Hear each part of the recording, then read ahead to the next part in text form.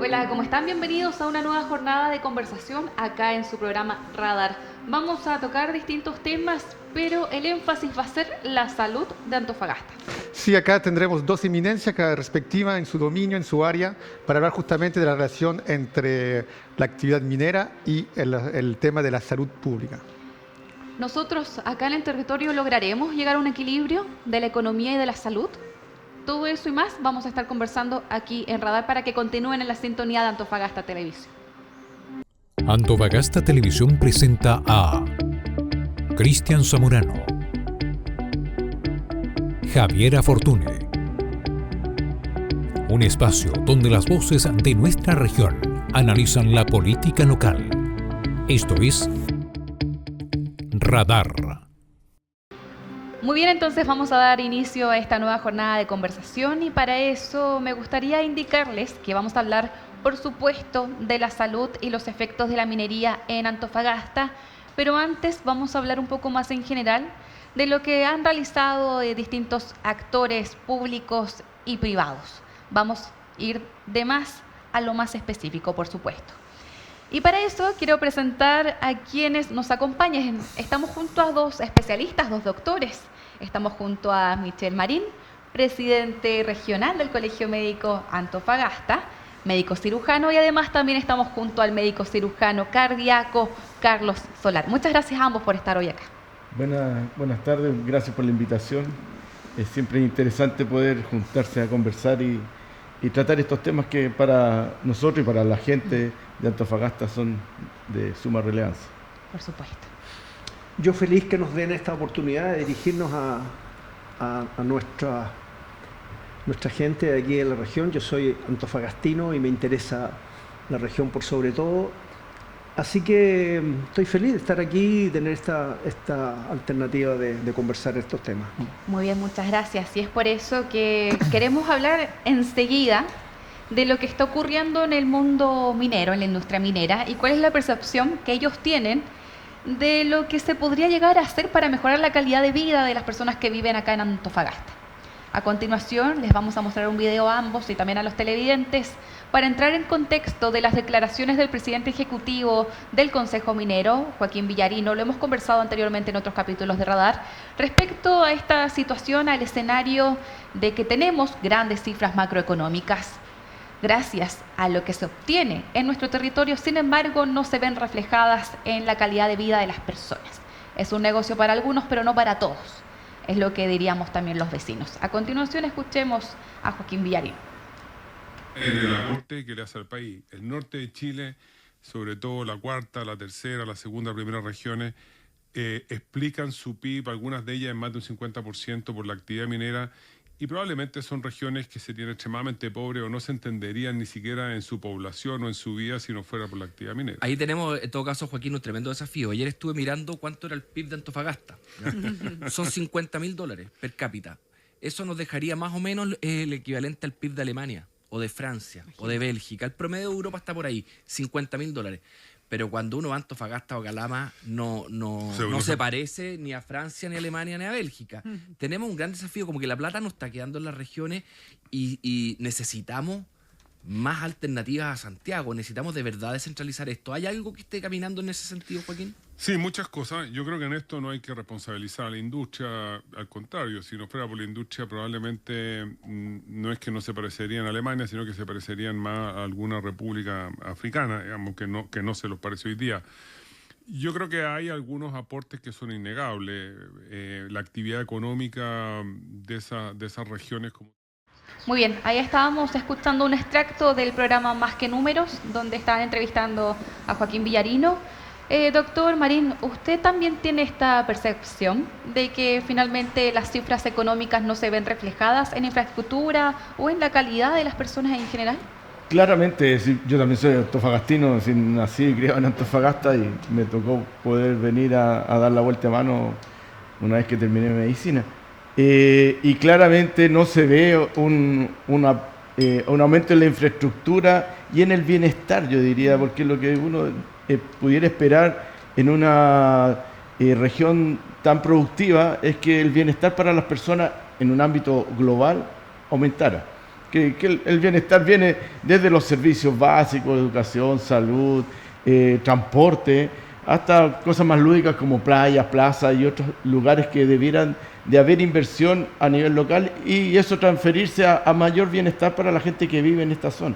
Y de alguna u otra forma, eso a casi 100 años que llevamos produciendo no sé, pues desde el guano, el salitre, el cobre y miles de otras cosas que pueden seguir, eso sigue sin haber una transferencia directa a ese esfuerzo de que cada uno de los que trabajan y viven en Antofagasta ponen para que esto se produzca. Yo creo que eso no está visto desde el nivel central como algo importante. Entonces, yo creo que la primera llamada es a nuestras instituciones y a nuestro Estado y gobierno a decir, oye, sí es importante invertir aquí para la gente que está en la región y aumentar el bienestar para cada uno de los habitantes de las regiones del norte, sobre todo Antofagasta. Doctor Solar. Sí, indudablemente que la respuesta es que eso no se refleja en nuestra región. Yo cuestiono es cómo se calcula ese PIB que habla el personero ahí, ¿no? $50.000 per cápita es una cifra grande, sin embargo es muy probable que esa sea una cifra de lo que produce la región dividida por la cantidad de personas que viven. Sin embargo, lo que ha pasado en los últimos años es que si bien es cierto Antofagasta, solo la ciudad de Antofagasta tuvo una gran subida cuando se creó la minera escondida, nuevas poblaciones, nuevas calles, en fin, nuevos edificios. Desde que se implantó este sistema de los trabajos de 7x7, 14x14, sacaron una cantidad enorme, se calcula que más de 70.000 familias se fueron de la ciudad de Antofagasta y son las personas que realmente reciben esos ingresos. O sea, eso fue sustraído de ese ingreso que hay en Antofagasta, de esta forma que yo dudo mucho que ese sea el promedio o el ingreso que hay aquí en la segunda región. Sí. La segunda cosa es que hay ciudades aquí que han sido lo que se llaman ciudades de sacrificio, o sea, es cosa de ver es cosa de ver lo que ha pasado con Tocopilla, es cosa de ver el mismo Calama, no se traduce en absoluto en buena calidad de vida o en ciudades que puedan tener un reflejo de el ser productores de esa riqueza que en este momento ha chorreado a todo el resto del país. Sin embargo, en nuestra segunda región seguimos pagando el precio de ser y de producir esa riqueza que en este momento no ha beneficiado no solo a la segunda región, sino que gran parte de la gente que trabaja aquí vive fuera de la región. Yo recojo el tema de la cifra, ¿ya? El PIB, Producto Interno Bruto. Para vulgarizar el término, digamos que son las riquezas que produce un territorio durante un año, ¿ya? Si Antofagasta fuese un país, su PIB, si toda la región de Antofagasta fuera un solo país, su PIB equivale a algunos PIB de otros países, ¿eh? Pequeños. No es menor la riqueza que se produce acá. Si por ejemplo, todas las riquezas de Antofagasta serían el agua que está en este vaso, lo que queda en Antofagasta es un poco, al fin y al cabo, como usted dice, todo el resto chorrea a otras partes, inclusive al Transantiago de Santiago, justamente. ¿De quién es culpa que 3 gotas, 5 gotas, ya 20 gotas se quedan en Antofagasta y que el resto se vaya a otra región? ¿Es la culpa de la minería? Cosa que la persona que ahí entrevistaron dice, para nada. ¿O es culpa del poder político que recibe el dinero a través de impuestos pero que no reinvierte suficiente en la ciudad? Según usted, ¿quién ahí tiene un rol mayor? ¿Ambos o uno más que otro?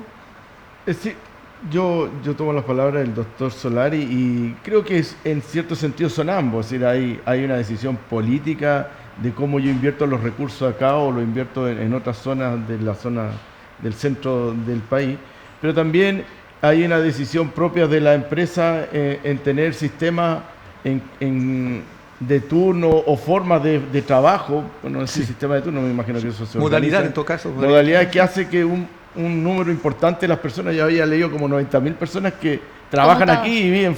Conmutados. Conmutados que le llamamos, que viven fuera, así producen, y claro, ese número aumenta el PIB, pero ese PIB nunca se va a gastar en servicios en Antofagasta, porque esa persona trabaja y vive con su familia en un lugar distinto donde gasta ese recurso. Entonces yo creo que una conversación de ambos y entre todos debiéramos de poder ser capaces de llegar a una solución. ¿Usted cree que esa discusión puede ocurrir, señor? Usted participó al Consejo Constitucional, no a la Convención, la segunda parte. Sí. Ahí se habló un poco de este tema, ¿o no? ¿Hablaron de Antofagasta? ¿Y qué le dijeron respecto a Antofagasta? Hubo un artículo que yo fui el promotor de ese artículo en que se comprometía en ese nuevo formato constitucional a homogeneizar la infraestructura básica del país en las regiones. Y eso significaba, de partida, tener una carretera de doble pista en la segunda y en la primera región. Lo que sería básico en todo caso, un servicio básico. O sea, no estábamos pidiendo nada extra que lo que ya el país no tenga, pero como tú bien dices, a mí me parece que es básicamente una decisión política. No hay un interés en la política chilena de beneficiar a aquellas regiones donde se produce y donde se ha producido la riqueza. ¿Y por qué es eso, doctor Solar? ¿Cómo ven Antofagasta desde el nivel central? Según usted. Mira, el ejemplo más claro de eso es lo que pasó con el último royalty. El último royalty, que son varios miles de millones de dólares, ¿no es cierto? En que lo peor de todo es que se promovió como que iba a hacer justicia con respecto a estas ciudades que llamamos de sacrificio, y que esa plata se iba a invertir en las municipalidades para que municipalidades como Sierra Gorda, Tocopilla, tal, tuvieran posibilidades de tener recursos para mejorar su infraestructura y hacer la calidad de la vida de las personas. Una indemnización. Fue un engaño, porque fíjate que finalmente a Antofagasta como región completa le tocó el 6%. Santiago tiene un 19%.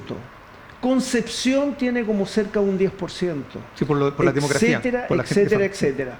¿Cuál fue la respuesta que me dieron a mí? Que fue una respuesta que yo encontré bastante violenta, pero que no deja de tener razón.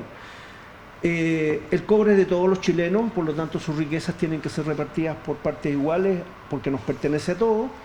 Y la segunda respuesta es que ustedes son apenas 600.000 habitantes y el 6% es lo que a ustedes les corresponde por demografía. El tema está ahí, ¿no es cierto? ¿Lo que nos corresponde solo por demografía o nos corresponde algo por ser los productores y especialmente por ser quienes sufrimos los embates de producir esa riqueza para todo el país? ¿No es cierto? Porque sucede que cuando uno va a Calama, se encuentra con una ciudad primero bastante pobre en su infraestructura, bastante sucia, que requiere indudables espacios públicos mucho mejores. El famoso corazón del cobre. Es la ciudad que más dinero le ha aportado al país por décadas, 100 años prácticamente. Sin embargo, uno no ve reflejado en eso en la ciudad. Y si uno lo mira por esta otra parte, lo que vamos a hablar después, ¿no es cierto?, respecto a los productos de esto, ¿no es cierto?, los cánceres, el agua potable, negativos, lo que ha sido impactado en la vida de las personas, nosotros debiéramos poder ser capaces de exigir mucho más que ese 6%. Yo voy a recoger lo que usted dice en dos elementos, los argumentos que lo pusieron. Estoy de acuerdo que que el cobre es de todos los chilenos, estamos de acuerdo con eso. Si no hay una feria artesanal en Santiago donde no hay, antes mucho más, de hecho, mucho menos ahora, donde habían obras, diferentes objetos que se vendían que eran de cobre, básicamente. Yo me acuerdo que niño, bien que yo no vivía acá en Chile, tenía un marca página de cobre. Así que la cobre es la riqueza de Chile, ¿sí? Estamos claros, y no es ahora, no es novedoso. Entonces, de todos los chilenos, estamos de acuerdo. Simplemente las zonas de sacrificio no están en todo Chile, están localizadas acá. Por ende, apliquemos el término. Yo sé que al señor de la Cámara de Construcción no le gustó el término, pero yo creo que debe haber una indemnización, porque ahí hay un daño. Apliquemos el término en derecho civil de indemnización, a lo menos que hay un esfuerzo a nivel de dinero para mitigar los efectos de esas zonas de sacrificio por culpa de la extracción. Y acá yo vengo al famoso argumento del señor del Consejo de Minería. ¿Cómo se llama? Joaquín Villarino. Ya. Él dice, no, nosotros pagamos los impuestos, hay que arreglarse. Yo digo, muy bien, pero miren una cosa. Si se da un dinero especial a la región de Antofagasta, yo estoy convencido, incluyendo la corrupción que existe, que es enorme en todo caso, porque tenemos muy malas noticias el último año. Sin embargo, estoy convencido que habrá una mejora. ¿Por qué? ¿Y por qué me permito decir aquello? Y voy a tomar un ejemplo que puede no gustar. La ley reservada del cobre, cuando un porcentaje del cobre, de la ganancia del cobre, iban a las Fuerzas Armadas, por ley. ¿Mejoró o no mejoró la Fuerza Armada del país? La mejoró. La modernizó y quizá hoy en día una de las más potentes de un punto de vista tecnológico y técnico. No digo que son el mejor ejército, digo que de un punto de vista de lo que tiene a disposición hoy en día la Fuerza Armada chilena, es una de las más competitivas de todo el continente. Por ende, un aumento, una cifra definida de la ganancia del cobre por un sector bien definido, funcionó. Independientemente que también hubo corrupción ahí, se supo después.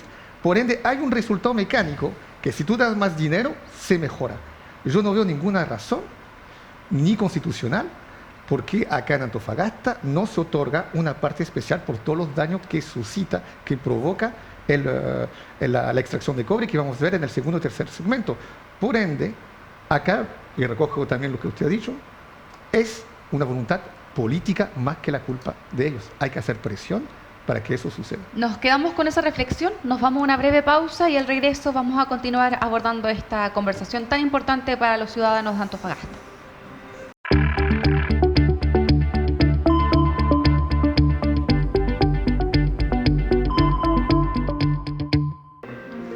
Muy bien, ya estamos de regreso acá en Radar para continuar con la conversación. Hay un punto muy importante que vamos a continuar analizando y estoy segura que el doctor Marín me va a complementar con esta idea, con este escenario. Estamos hablando de que necesitamos tener una indemnización, ¿cierto? Necesitamos tener nuevas plazas, nuevos edificios, nuevos establecimientos educacionales. Pero nos estamos olvidando del trasfondo de la problemática. ¿Queremos que nos paguen por estar enfermándonos, por estar muriendo, o queremos dejar de estar enfermándonos? A continuación, doctor Marín, me gustaría consultarle también respecto a cómo poder no estar pensando en una remediación, sino que dejar de proyectar una problemática para nuevas generaciones. Claro, debemos tener claro que todas las regiones del norte y todos los que hemos vivido aquí en el norte, es muy claro que la asociación con la actividad productiva, principalmente minera, estamos relacionados directamente. Es decir, los que vivimos aquí sabemos cómo es el tipo de producción que existe. Con la ciencia y los avances de la ciencia, uno puede determinar que hay elementos que de alguna forma nos debiese de controlar. Y muchas veces el control de esos elementos es mucho más simple que el día de mañana exponer a las personas y tener que tratarla por una u otra enfermedad que a veces son mucho más complejas, más graves e incluso pueden determinar la muerte de esas personas. Lo que nosotros consideramos como colegio médico es ver la asociación de cómo poder mitigar esta actividad que es necesaria para la región y obviamente para el país, mitigarla de alguna forma para que sea viable con la actividad y con la vida diaria de todas las personas. Sí, por supuesto. De hecho, vamos a entrar enseguida a hablar sobre la situación lamentable que tenemos en Antofagasta respecto a hechos que no son recientes, vienen desde hace bastante tiempo. De hecho, yo acá también tenía una publicación súper interesante de CIPER que también voy a investigar, mientras le consultamos directamente al doctor Solar qué es lo que ocurre con las cifras de cáncer en Antofagasta. Ese es uno de los principales argumentos que nosotros argumentamos para presionar precisamente el nivel político, que yo creo donde está la gran obstrucción para darnos más recursos a nuestra región. En esa diapositiva que se está exponiendo aparece el cáncer en Chile y específicamente en Antofagasta. Y fíjense ustedes la barra azul, cómo es prácticamente 2 veces lo que hay el cáncer en la segunda región, o sea, en la región metropolitana. Antofagasta tiene el doble de incidencia de cáncer, especialmente de cáncer de pulmón, como lo vamos a ver en alguna de las otras diapositivas. Eso es el precio que nosotros pagamos.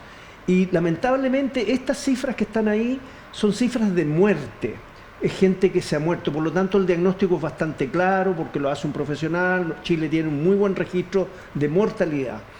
Pero si uno mira detrás de cada una de esas personas muertas, hay 3 o 4 enfermos. Y eso genera una problemática social que es impactante. Y fíjense ustedes ahí en esa segunda diapositiva, epidemiología del cáncer en Chile, ahí salen específicamente las causas principales. Y fíjense la última barra, la barra azul de la última, es cáncer de pulmón. Esa es la principal causa de muerte en Chile y en Antofagasta. Una gran diferencia cifras con las que demás. son tremendas, o sea, son impactantes y que no debieran pasar inadvertidas. No, es uno de son los alarmantes. principales argumentos. ¿Y por qué cáncer de pulmón? Porque uno podría decir, se muere gente también de traumatismo en las mineras, en fin, hay cáncer de vejiga, hay cáncer de piel. Sin embargo, el cáncer de pulmón tiene que ver con lo que respiramos y tiene que ver también con el antecedente que tenemos y que va a hablar aquí el doctor Marín respecto del arsénico. Así que nosotros estamos pagando un precio, no nos damos cuenta, pero es un precio tremendo, es un precio impactante, es un precio en vidas, es un precio en familias, porque cada una de estas personas que mueren trae detrás toda una familia y toda una problemática social relevante. Tenemos una imagen más sobre, sobre el cáncer. Usted quería recalcar, doctor. Sí, perdón, yo quería recalcar esa última diapositiva que muestra en colores, ¿no es cierto?, respecto del cáncer en Chile. Ahí aparece el país nuestro dividido en las regiones y las regiones negras marcadas ahí, que es la segunda región, ¿no es cierto?, nosotros, después Ñuble, porque tienen gran cantidad de cáncer gástrico, y la 12ª región, o lo que era la 12ª región, Aysén y Magallanes, ¿no es cierto?, que también tienen cáncer gástrico por otras cosas, por la ingesta especial de alimentos que son cancerígenos.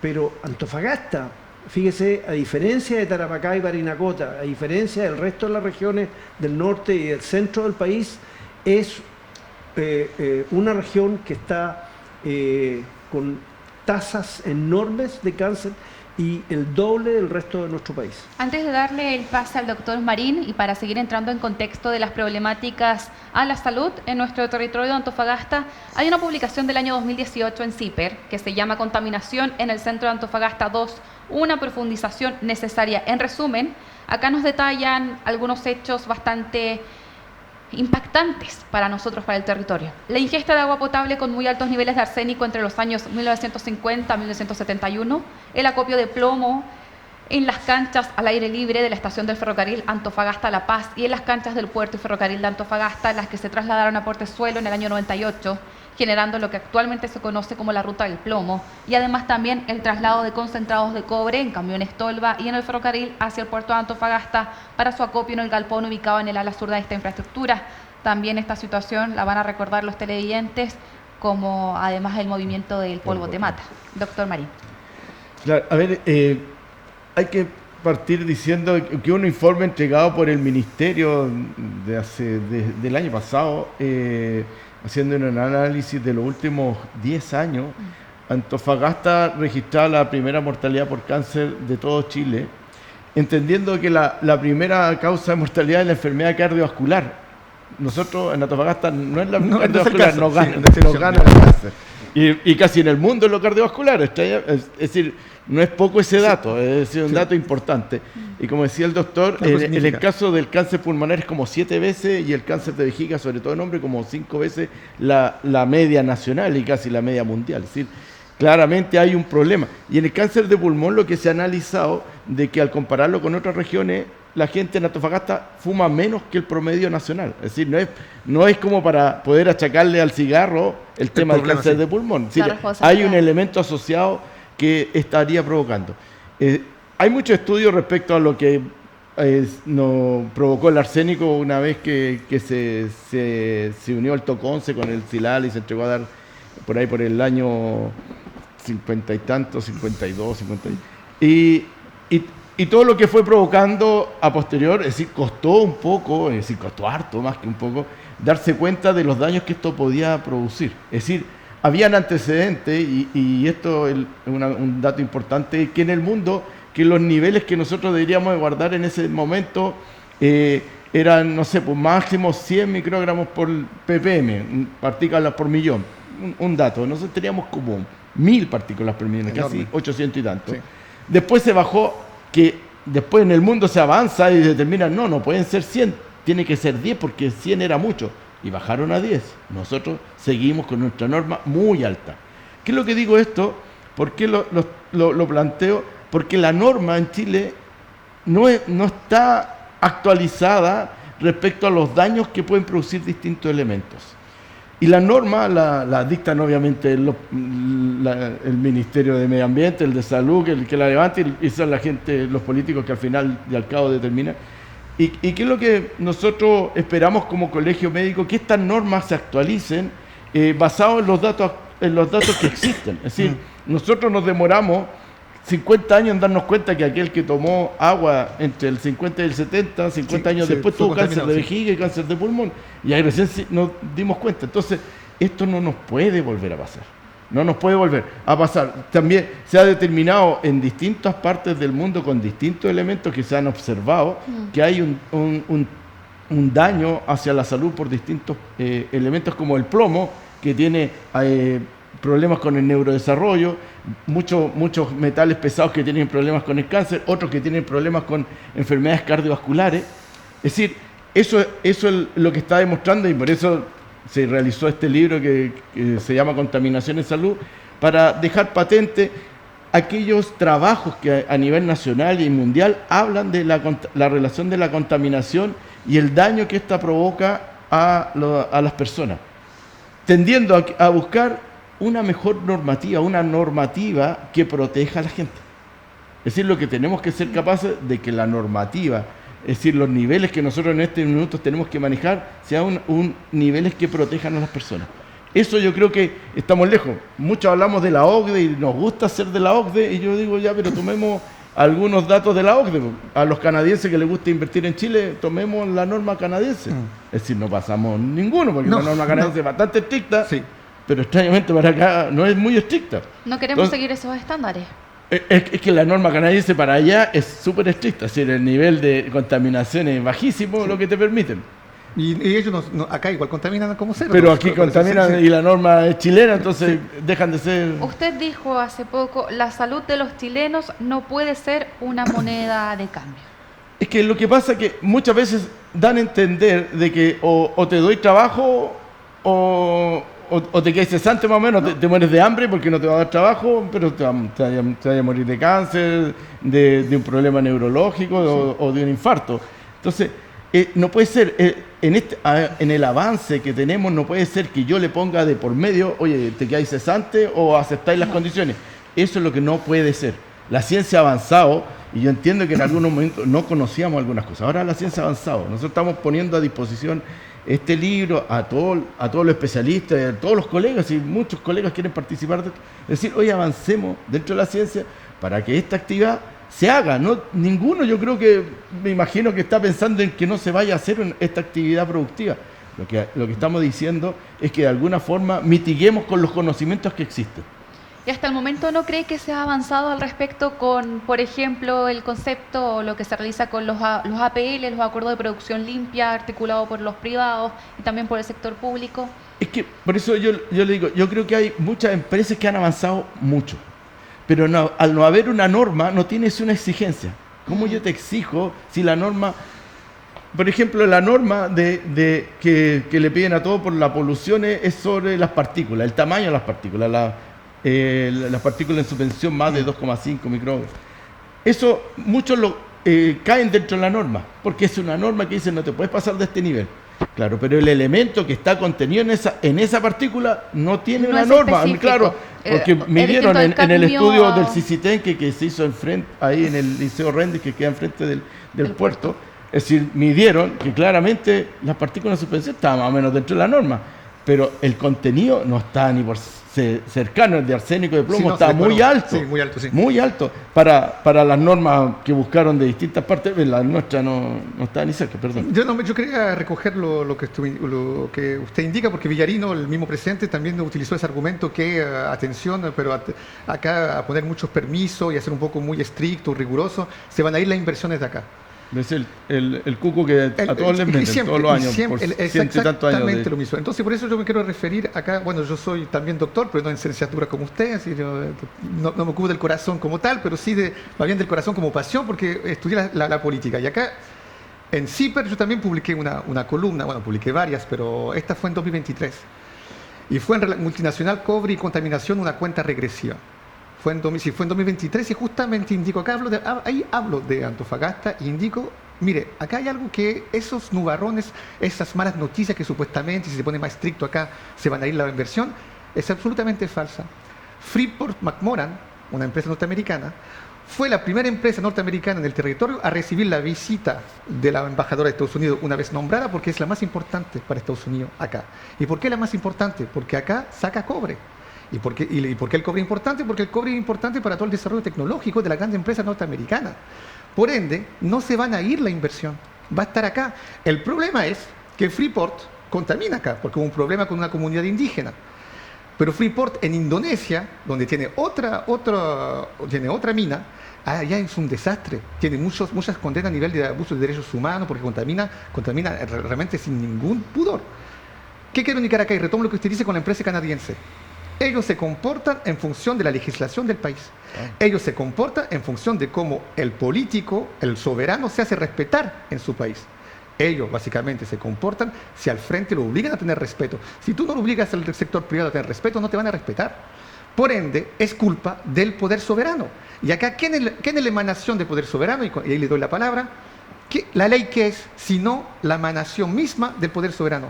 Los legisladores locales están preocupados de pelear contra la minera, de por lo menos decirle, oye, no contaminen tanto, porque mira la tasa de cáncer, mira la cantidad de muertos, mira los diferentes estudios que hemos hecho. Yo no veo ese activismo dentro de los legisladores, que están más preocupados de la seguridad, de los perritos, de otros temas, pero no de ese que para mí es fundamental. Pero ahí el enemigo no es la dona de casa. Aquí el enemigo es un monstruo que puede tener como nombre Freeport-McMoRan.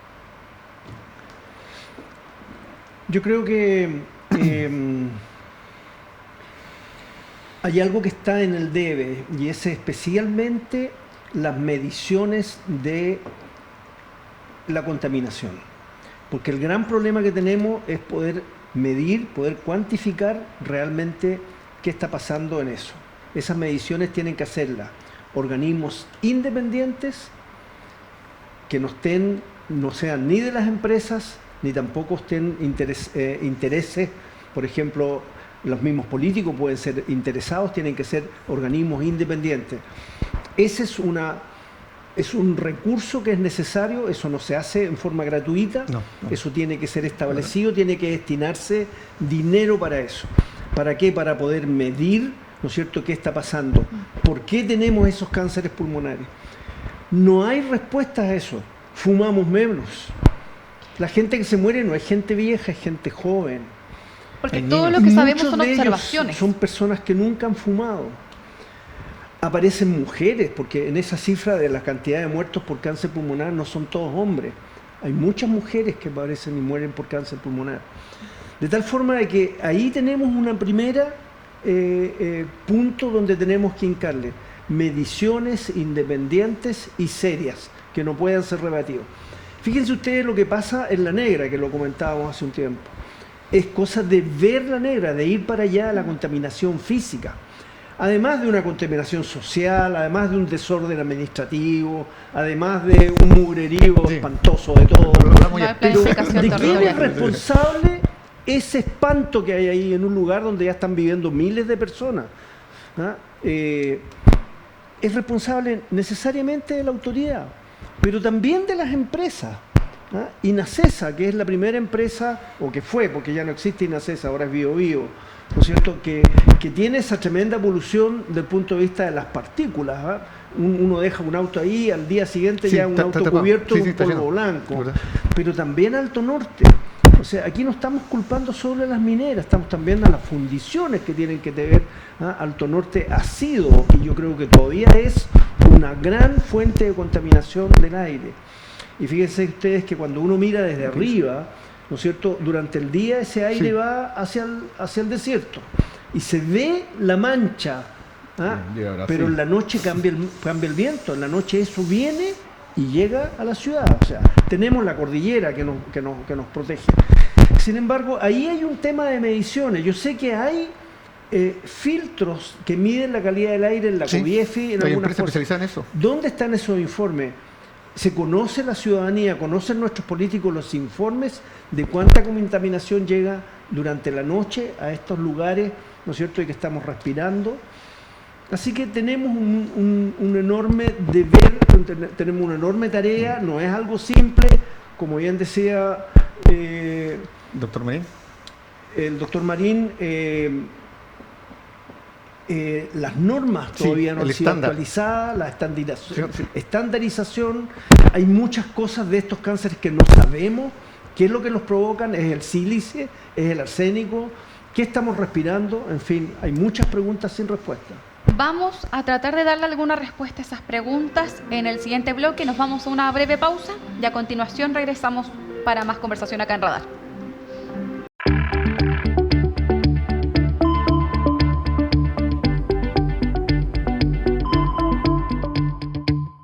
Muy bien, estamos de regreso para el último segmento acá en Radar de esta conversación. Pero eso no significa que vamos a dejar de hablar de este tema acá en el programa porque es el más importante para conversar junto a ustedes. Necesitamos que todos, la empresa, la autoridad, ustedes en sus casas pongan de su parte, ¿cierto? A continuación me gustaría que también pensáramos que no solamente es la minera, es la industria en general que provoca un impacto bastante agresivo. Y es difícil estar planteando escenarios que, porque sean menos agresivos dentro de lo violento, que es una acción para sacar un recurso o inventar una nueva tecnología, con eso deberíamos quedarnos conformes. Hay un tema también con algo que venía a subsanar una problemática con los salares, el agua desalada.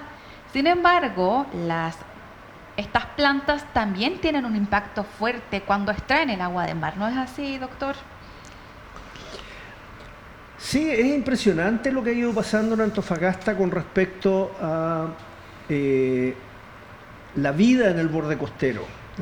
Todos los que hemos sido y que hemos nacido acá, jugábamos, yo cuando joven, nuestro grupo de amigos nos dedicábamos a ir a los piures, a comer las que le llamábamos la piurada, que estaban en las rocas y que era fácilmente identificables. Era un manto verde que había desde el autoclub hasta Coloso en todo el borde costero. Eso desapareció. Investigando por qué desapareció, la tesis que hay en la universidad, en los biólogos marinos de la universidad, es que es un impacto de la desalación del agua en el sector de Coloso por la minera escondida. La minera escondida absorbe 1000 litros por segundo y genera una corriente que se llevó todas las larvas, entonces impidió la reproducción, porque la corriente que entra a nuestra bahía entra por el sector del faro de Punta Tetas y hace una vuelta y viene por la costa y va hacia el sur. Y eso es absorbido, esos 1000 litros por segundo, y cuando se produce la eliminación de las larvas, que son las que crean, digamos, este manto verde, el ecosistema, es absorbido por esta gran succión que produce la desaladora. Es una tesis que yo no sé si estará demostrada, que sea necesariamente así, sin embargo el impacto es evidente. Quienes vivimos aquí nos damos cuenta que se acabó el piure, algo que era masivo, que era evidente para todos nosotros, de piure, ¿no? Y se acabó no solo el piure, sino que todo el entorno, el microentorno que generaba eso, que en torno a la vida marina. Pulpos, peces, choritos, toda una fauna, loco, toda una fauna. Y eso yo creo que es un impacto evidente. Ahora, uno podría decir también que tiene que ver en parte por los cambios de la climatología, en la temperatura del agua. Sin embargo, la tesis que hay es que eso fue producto y necesariamente de la desalación del agua. Doctor Marín, si retomo lo que usted indicó en el segundo segmento, acá hay que relacionarse, la solución de la problemática pasa también por un asunto de la implementación de una norma, de un estándar transversal. A partir del momento que una persona no respeta ese estándar, se vendría una sanción y uno podría incriminarlo. Por otro lado, lo que usted indicó también, el doctor Solar, lo que usted indica es que debe haber una multiplicación de los estudios para establecer un lazo de causalidad entre los síntomas y justamente unos factores claramente definidos. Usted como colegio médico estima quién debe ser el motor, porque usted a través del libro está haciendo un activismo, está contribuyendo de alguna manera a apuntar del dedo a una problemática. Acá yo le resumí los dos puntos de vista que ustedes plantearon en este espacio. ¿Quién, según usted, debe ser el motor, más allá del colegio médico, para llevar justamente a cabo estas ideas que ustedes plantean? Bueno, lo primero es que nosotros tenemos que tener una norma actualizada respecto a los diferentes elementos contaminantes. Eso es lo primero. Ahora, ¿quién levanta esa norma? Sí, el presidente de la República, los legisladores. Claro, viene desde la Seremía, obviamente nuestra Seremía de Medio Ambiente, la Seremía de Salud, tienen que levantar un proyecto de ley, que ese proyecto de ley se presenta del presidente y va a bajar obviamente a los parlamentarios. Eso es lo primero, ¿sí? Necesitamos una norma con todo, ¿sí? La norma de la polución, también, como hablaba el doctor, de la norma, no existe una norma específica respecto a las desaladoras, tiene que haber, yo sé que en otras partes del mundo hace ya muchos años que partieron con esto y tuvieron ensayos y errores, y yo sé que la desaladora no tiene que estar a 20 metros la succión, tiene que estar a 30, pero aquí la pusimos a 20 y tiene que tener un filtro que no lo tiene, entonces esas cosas ya nos pasaron, pero como no está en una norma, yo no lo hago, pues si yo empresa voy a hacer lo justo y necesario para poder rentabilizar lo que más pueda. Entonces, pero como decía mi abuelita, no es el chancho, sino que el que le da la flecha. Nosotros, si no le estamos poniendo el cascabel al gato, no tenemos una norma donde la podemos exigir, es difícil exigirle algo porque, para ser sincero, probablemente estén todos dentro de la norma no muy buena que tenemos, pero están. Necesitamos actualizar esa norma pensando en el bienestar de las personas. La ciencia dice, oye, esto es lo que nosotros deberíamos estar. Entonces busquemos un estándar. Y no digo para no ser talibán del medio ambiente ni de la empresa, porque no estoy en contra ni de la empresa ni de la actividad productiva, porque también probablemente el hecho de la quema de la basura también es un problema y muchas cosas son un problema. Pero pongámonos serios y digamos, oye, creemos una norma para que el día de mañana logremos esa norma. Tal vez no la vamos a lograr, si yo la pongo hoy día, no la vamos a lograr mañana. A nadie le pone una pistola en el pecho y mañana tenés que llegar al número. No, pero pensemos en 5 años. No en 50 como nos pasó con el arsénico. Eso es lo único que yo digo. Ojalá espero ver que este cambio se haga. Pero doctor, ¿quién debe ser ahí el activismo? Pero por eso digo, viene de la Seremía y bien, porque son proyectos de ley. Y los proyectos de ley se levantan a través del Ejecutivo y pasa al Legislativo. De ahí parte. Y de ahí, una vez que tengamos la norma, claro, tenemos que, como decía el doctor, tenemos que fiscalizarlo, porque una cosa es la norma, pero alguien la tiene que medir. Porque muchas normas actuales entonces, que no se respetan. Y tiene que haber entes públicos, autónomos, que mira, las universidades me parecería súper bien, tenemos muy buenas universidades, debieran de estar enfocadas en esos datos. Yo sé que el CICITEN, que es un centro de investigación, mide en algunos casos. Por potenciar centros de ese tipo, tengo entendido que tiene una asociación entre las distintas universidades que forma el CICITEN para tener fiscalización. Y de ahí, una vez que tengamos la norma, tengamos la fiscalización, buscamos la mitigación. Y nos ponemos de acuerdo en cuántos años vamos a lograr llegar a la norma que nos estamos estableciendo. Probablemente no va a ser en 1 o 2 años, pero manejemos un margen de 5 años y pongámonos creativos todos, aportemos todo para estar. Importante también entender lo que decía el doctor Marín. Acá uno no puede estar en contra de la industria. Finalmente, si uno piensa desde los orígenes de los tiempos de los seres humanos, nosotros creamos un hábitat gracias a los recursos que se rodean y así vamos creando una comunidad, vamos creando ciudad, una infraestructura debido a eso y nos vamos adaptando a esas condiciones. Es por eso que en el sur, por ejemplo, está la salmonera y también hay problemáticas con la industria de la salmonera y nosotros acá con la actividad minera. Vamos descubriendo cosas con el tiempo, lo importante es no ignorarlo, por ejemplo, el sílice, la silicosis, eso tampoco se sabía, no se sabía el daño que tenían los operadores, los obreros al momento de cortar materiales como una roca.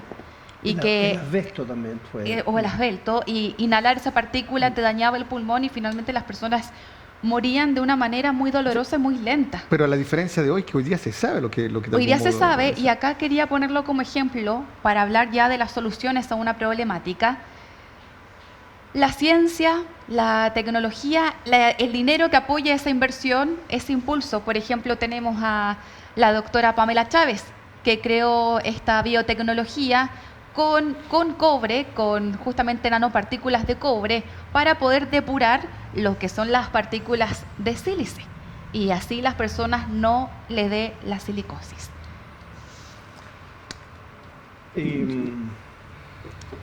Sí, hay un estudio reciente de la Universidad de Antofagasta que midió las arenas de la Playa Amarilla.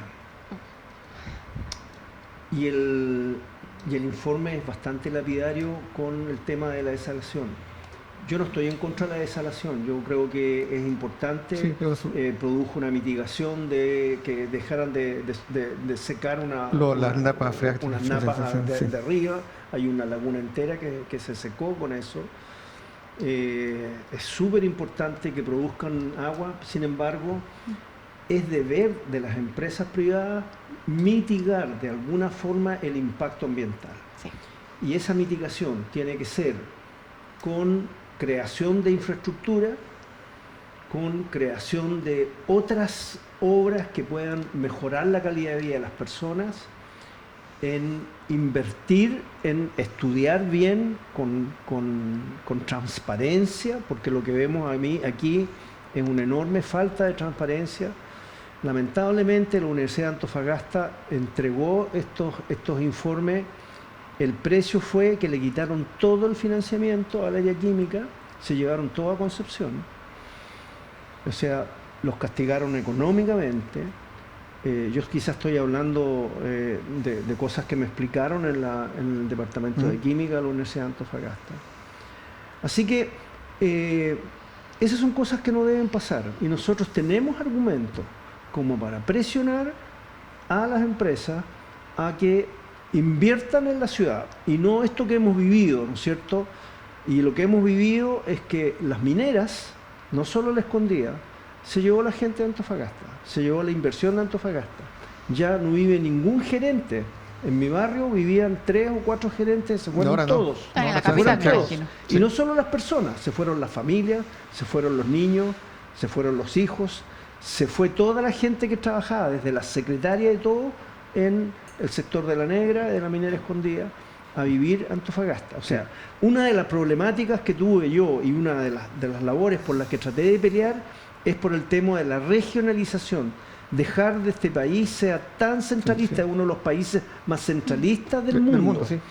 Y sucede que lo que ha hecho precisamente la minería, no solo la Escondida, es llevarse a toda la gente de Antofagasta, sacar de aquí toda la inversión, y nosotros estamos pegando no solo el precio de la contaminación, del cáncer, estamos pagando el precio también de lo que significa propiedades que no se pueden vender, bancos que cierran, y todo el impacto que tiene el que nos dejaron, nos abandonaron en la ciudad.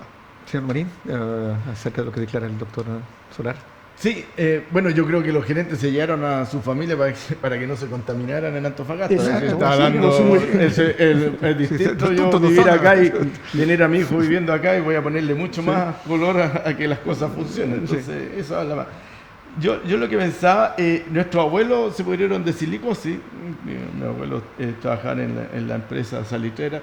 Nuestros padres probablemente se han morido de cáncer de vejiga o de cáncer de pulmón, y nosotros quizás, ¿qué nos va a tocar? Tal vez temas de lo cardiovascular, del mismo cáncer, enfermedades degenerativas del cerebro.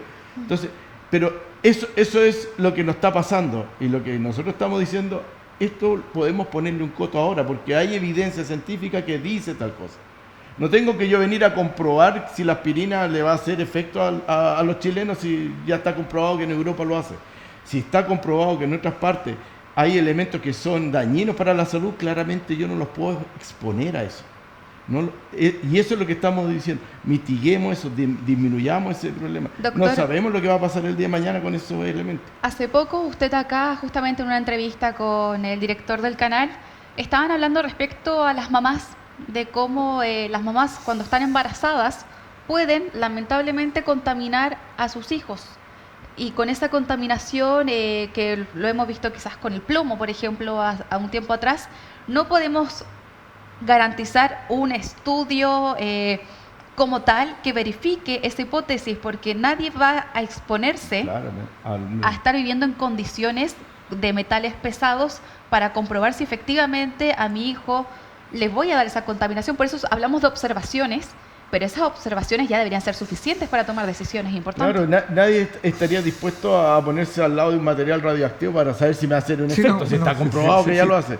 Lo que ha demostrado en otras partes, que aquellas mujeres embarazadas, que estando embarazadas y tenían, aspiraban metales pesados, sobre todo cadmio y cesio, y cadmio ahí en Antofagasta, lo medían en orina y según el nivel que ellos lograban detectar, lo relacionaron con el niño, la aparición al nacimiento de niños con TEA.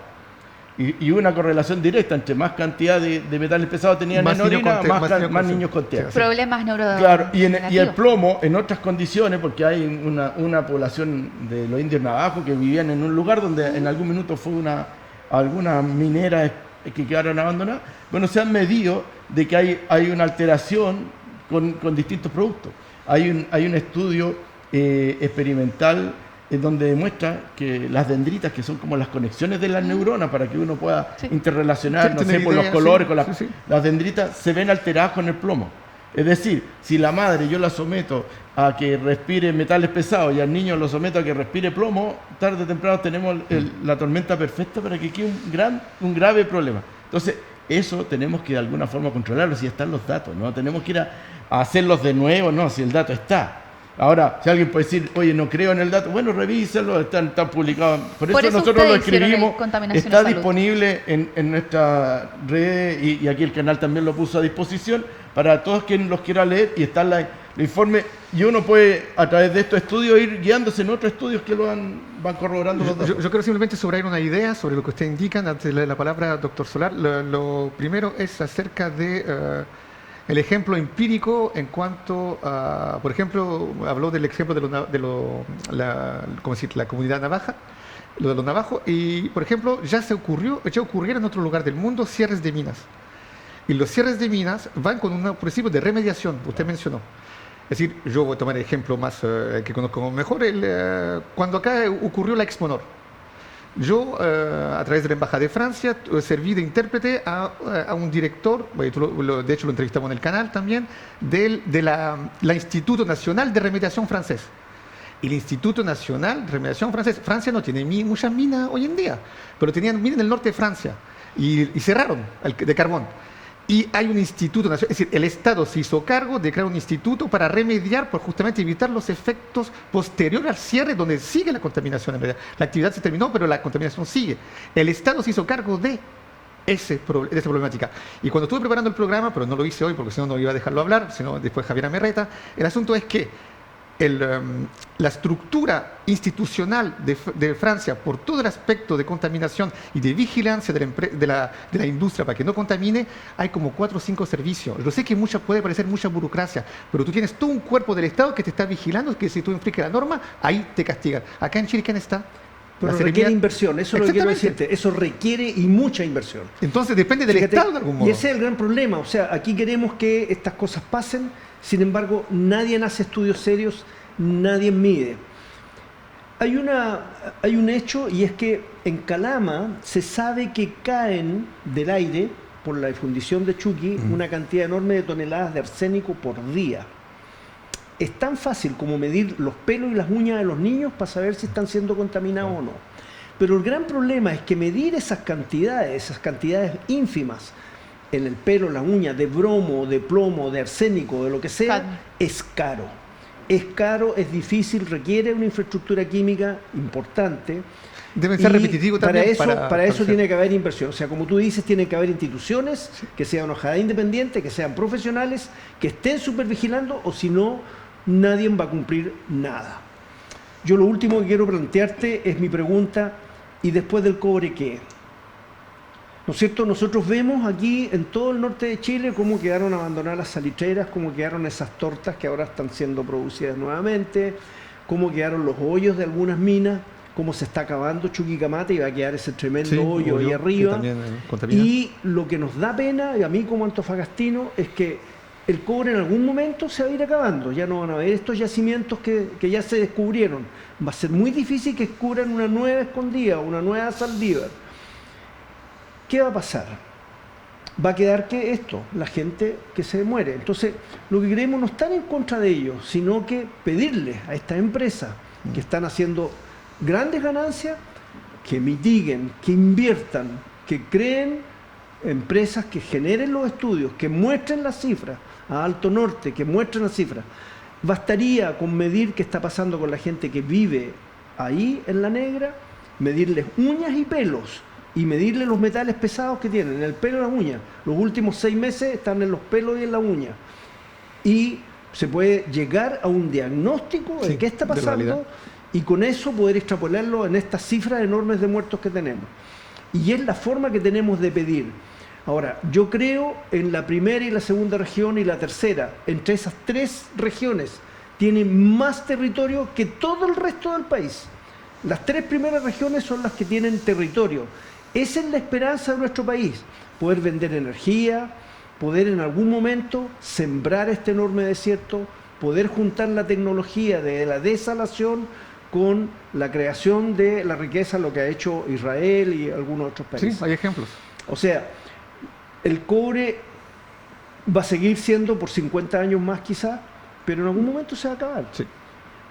Y no queremos tener solamente las consecuencias malas de eso, sino que también que eso es riqueza, deje estudios y deje una ciudad de mejor calidad de vida. Señor Marín, para concluir. Oye, sí, sobre el plan de cierre, porque es importante, yo estoy súper de acuerdo en que las termoeléctricas hayan cerrado para transformarse en energía verde, como verde oscura digo yo, porque realmente todos los cenizales quedaron en Tocopilla y están ahí y nadie se ha hecho cargo del plan de cierre de las termoeléctricas. Quedaron las cenizas y bueno, cuando vino un aluvión cayeron las cenizas por toda la ciudad. Ahí siguen, es decir, ellos van a ser verdes, pero con memoria no tan verde. Entonces yo creo que hay que ponernos a la altura y como dije yo primero, tenemos que desde el Estado poner las normas y poner las formas en que vamos a funcionar para poder de alguna manera entregar un medio ambiente bastante más limpio y más sano. Hay una estrategia a nivel nacional que es estrategia de ciudades verdes. Y yo digo, y eso es una estrategia nacional, ¿eh? No nos toca a nosotros, porque no veo cuál es la estrategia de ciudad verde para Antofagasta. Y si esa es una estrategia nacional, que más encima, dentro de la Constitución, determina que es un derecho el ambiente libre de contaminación, pucha, no estamos yendo por ninguno de los puntos, nos toca a nosotros. Yo creo que nuestras autoridades están muy, políticas principalmente, están muy al debe respecto a esto. ¿Sí? Debieran de pensar en las condiciones que nos están entregando a nosotros y a los futuros hijos nuestros y nietos de nosotros. Mire, yo para concluir también, yo diría que cuando en 2015 hubo atentado en Francia por parte de islamistas, que eran hijos eran franceses al fin y al cabo, bueno, habían belgas también, pero habían franceses. Se habló posteriormente, porque traumó todo un país, del vivre ensemble, de vivir en conjunto. Las caricaturas de Mahoma, ¿no? Sí, cuando hubo después de Charlie Hebdo. Entonces, cuando editó, porque como Francia está impactada, dijo, y ahora debemos pensar, porque también hay comunidad extranjera y musulmana, el vivir en conjunto, el vivre ensemble. Lo que se plantea acá en relación con esta problemática no es ser anticapitalista, antidesarrollo de los negocios, nada de eso. Es justamente el vivre ensemble, es el vivir en conjunto. La minera debe hacer todo para que se facilite la vida acá. Y justamente hay una sostenibilidad más allá del cobre, porque es muy importante ese punto. El cobre no se renueva. Una vez que se sacó, se finí. Esa riqueza ya no está. La contaminación se queda. Lo que se le pide a la minera, más que un discurso altanero, como para mí, así yo lo califico el del señor del Consejo de la Minería, lo que se necesita acá es justamente un discurso abierto, donde da la impresión que la minera sí tiene conciencia, que vivamos todo en conjunto. Y si tiene sus hijos aquí y su mujer aquí, el directivo, va a ser mucho más fácil que tenga ese concepto y que lo trate de aplicar. Muchas gracias a ambos por estar hoy en Radar, por su tiempo y por supuesto por darnos todos estos datos, estos detalles que Siempre es bueno recordar porque parece que hay algunos que tienen la memoria bastante frágil. Sí. Que estén muy bien. Muy bien, muchas gracias. Muchas gracias por la invitación. Muchas gracias a ustedes por esta oportunidad. Muy bien, estamos dando por cerrado este capítulo en Radar, pero no la conversación. Vamos a continuar hablando sobre la salud de Antofagasta y los efectos de industrias como la del sector minero, que también es tan importante a nivel de cifra económica, ¿cierto? Pero también es importante que todo eso también lo puedan invertir, no solamente en mejorar una infraestructura, sino también que mejorar la vida de todas las personas que vivimos acá en este territorio. Por eso, la próxima semana hablaremos de la educación, justamente para seguir con un tema que también concierne a toda la sociedad y que nos puede justamente ayudar a crecer. Porque con los últimos datos de la PAES tampoco dan muchas ganas de poner a los hijos a estudiar acá si finalmente no van a estar dentro de los 100 mejores establecimientos con buen puntaje. Nos vamos, pero continúen en la sintonía de Antofagasta Televisión y muchas gracias a todos los televidentes por siempre estar conectados con nosotros. Antofagasta Televisión presentó a Cristian Zamorano, Javiera Fortune. Un espacio donde las voces de nuestra región analizaron la política local. Esto fue Radar.